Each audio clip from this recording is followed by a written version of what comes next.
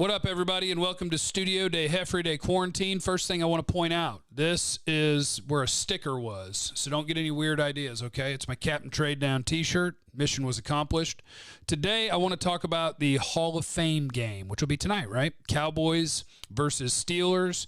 And the way I want to do it, if you listen to us on 105.3 The Fan, you've already heard this, but I enjoyed the idea, so I think it's a fun way to preview the Hall of Fame game. We have a list of the guys who will not be playing in the Hall of Fame game. And so I'd like to give you those names and then talk about the guys that I think are worthwhile to keep an eye on while the game is happening. So, for instance, offensive tackles who are not making the trip. They're not traveling to Canton for the game. Tyron Smith will not be going. Josh Ball, the draft pick, will not be going. So what does that mean? To me, my eyes are on literally every other offensive tackle, because while I've been at camp and watching practice, this team looks like they're in trouble if they lose an offensive lineman. And we saw it last year, right? Terrence Steele, Ty Nseki's been brought in. But all of the backup offensive tackles that I've seen working at Cowboys camp look like they are in trouble every time the ball is snapped, basically. So my eyes will be peeled on all of them. I do wonder if guys who made the trip, it means they'll be playing, or if it's just all the healthy guys made the trip. Like Lyle Collins, is he really going to play in preseason game number 1? I have my doubts, but if he does, that'd be cool for the fans. But in terms of watching the guys that are going to matter for this team going forward, every single non-Lyle Collins, non-Tyron Smith offensive tackle is important, because they are looking for somebody who can be the swing tackle if somebody gets hurt, and all of the guys have had struggles in camp. Next position group, I'll just work my way down the list. So the guy at the top is Bradley Anae, defensive end, edge, whatever you want to call it. He's not on the plane. Chauncey Golston was not on the plane. DeMarcus Lawrence was not on the plane. I hate it for Chauncey Golston. He's a third-round pick that I think is a mini tank. Like, he's not an explosive athletic edge rusher, but he's a powerful, smart, aware defensive end that I think is going to be a solid NFL player for a long time. So he's not playing. Bradley Anae's not playing. Tank Lawrence isn't playing. If Randy Gregory gets snaps, obviously we'll have eyes on Randy Gregory to watch him against a different team, against NFL competition, because everybody would rather see the starters than the backups, right?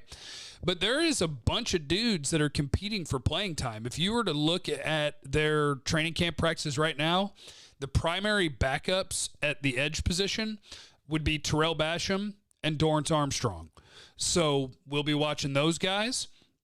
We'll be watching everyone else that's trying to either make the team or bang their way into the rotation, because right now those are the two primary backups. Terrell Basham, Dorrance Armstrong, they're getting the snaps.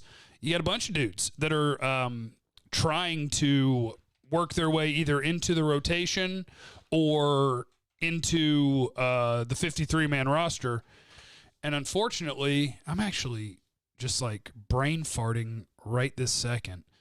So give me 2 seconds. So, like, for instance, no, they really don't. They don't have other edges, really. Rondell Carter is a dude that's played well in camp. So I think Rondell Carter is actually playing for something right now. He's out of James Madison. It's his second year. So I'll say he is the one who's probably the most important time for.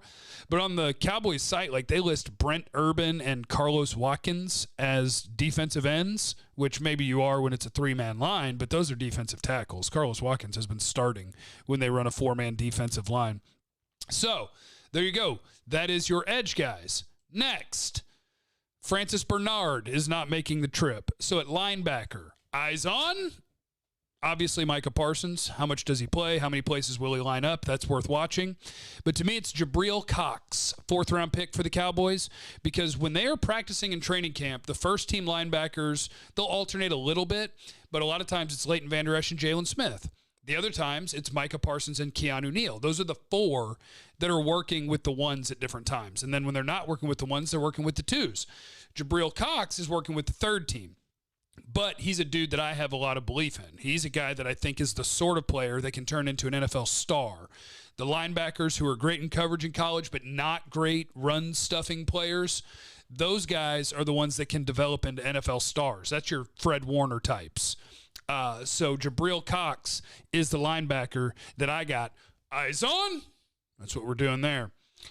Next, Amari Cooper is not making the trip. Neither is TJ Vasher, undrafted free agent TJ Vasher, who has not practiced yet. He's been hurt. So at wide receiver, is there anybody worth keeping an eye on? To me, it's Simi Fehoko, your draft pick, because at camp, you know what Amari Cooper is. CeeDee Lamb's been the absolute superstar of Cowboys training camp.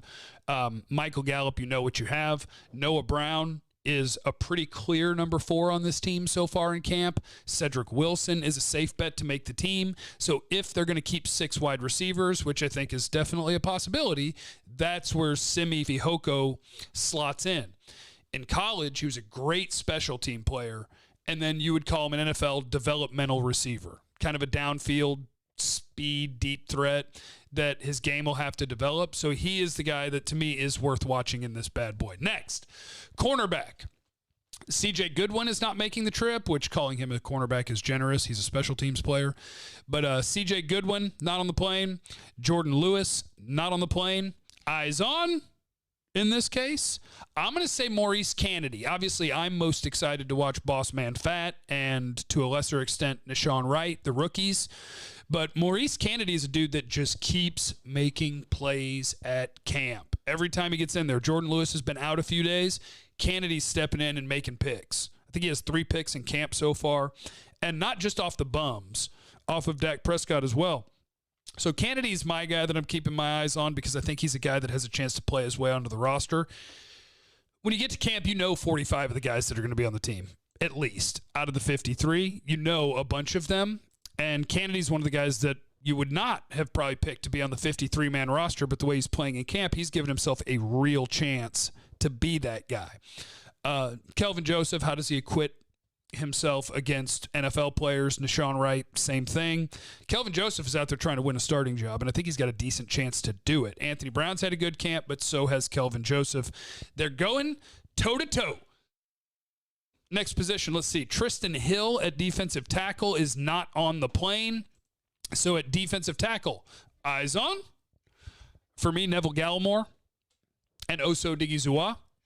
But Neville Gallimore is the guy that has had a really, really good camp. And it's like, oh, wow. Sometimes these guys do make these leaps. Neville Gallimore as an NFL player has been, so far, but looks like he's on an upward trajectory and on his way to potentially becoming an average to above average NFL starter. So Neville Gallimore is the guy that the eyes are on at camp here, or at the Hall of Fame game. Malik Hooker not making the trip. So at safety, my eyes are on DeMonte KZ. He started off camp making some plays, and then there were some days where Jaron Kearse started running with the ones, and then DeMonte KZ was back out there with the ones as your free safety for the Cowboys. And I think it was the first day Malik Hooker was out there. KZ had a pick 6 off of Dak coming downhill from the free safety spot. So KZ, to me, is the guy to watch at safety. Blake Jarwin is not on the plane, which means eyes on. Sean McKeon. Dalton Schultz is safe, right? Dalton Schultz is going to make the team. Dalton Schultz might be tight end number 1 for this team between his production last year and his performance in camp this year. I don't think your tight end room has a star player in it. I think they're just a bunch of guys that are okay, but Dalton Schultz might actually end up being tight end 1. Sean McKeon is a guy that keeps showing up in camp. Again, nothing athletically special about him, but he does the job. He finds the holes in zones. He's able to get open on linebackers. He catches the ball when you throw it to him. So Sean McKeon is playing for a roster spot ahead of Jeremy Sprinkle. And Sean McKeon, I think, might be playing to see if he can be a top 2 tight end a year from now, and you could save some money by releasing a certain tight end that's making a bunch of money. Next guy that is not on the plane, Zach Martin, which means at guard, eyes on. Connor McGovern. They had a practice where for a lot of snaps, Connor Williams played center, Connor McGovern played left guard, and probably,